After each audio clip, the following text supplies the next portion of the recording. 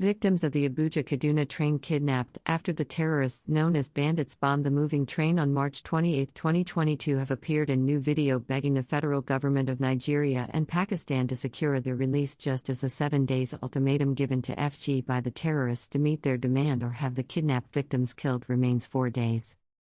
Families of the kidnapped victims besieged federal government facilities in Abuja on Wednesday with placards of various inscriptions to protest and demand the release of their loved ones in captivity.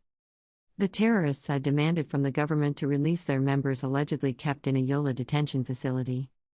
The terrorists threatened to start killing the passengers in captivity within 7 days, which is now 4 days left unless their demands are met. Leaders of the terrorist group reportedly spoke on phone with the spokesman of Sheikh Ahmad Gumi, Malam Tukur Mamu, and Danny Onfika. In the audio of the conversations between Malam Tukur Mamu and the leaders of the terrorists at executed the Abuja-Kaduna train attack as earlier published in some news media, the terrorists claimed that the federal government suspended the resumption of the train service because of their threats. The government suspended the resumption of the train service indefinitely because of our threats, and we repeat, if our conditions are not met, the resumption of the train service is to the detriment of the government and the passengers. We don't need money. We have a good reason for doing what we did. Until our demands are met, none of the victims will come out alive, even if it means we all die with them. They are well taken care of, as you can see from the pictures we sent to you via WhatsApp, but we assure you that this will not continue. We choose you, Tukur Mamu, to convey this important message to the government, the families of the victims and Nigerians in general, because we believe you won't alter our message, and we have seen you severally with Sheikh Gumi in the forest. Therefore, we recognize the fearlessness in you, the terrorists said.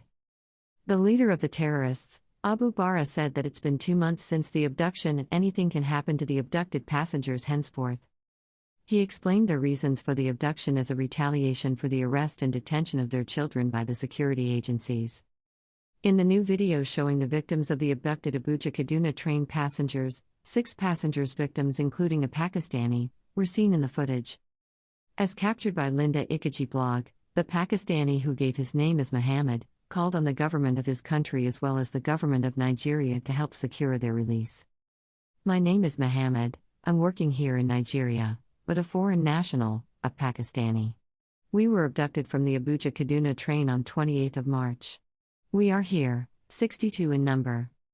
The conditions are not very good.